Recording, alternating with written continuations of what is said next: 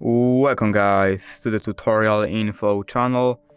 In front of me is Redmi Mi 9 Lite, and in this video I am going to show you how to share location on this device.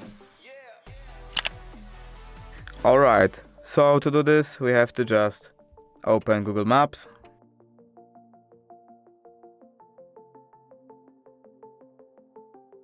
We have to obviously allow Google Maps to location permission, so we have to alright, that's where we are, and now we have to click on this button right here.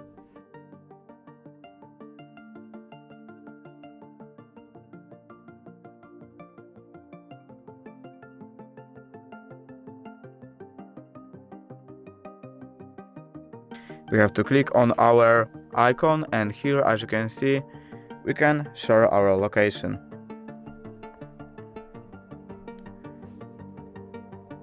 And we can share it just by sending our friend a link to our location.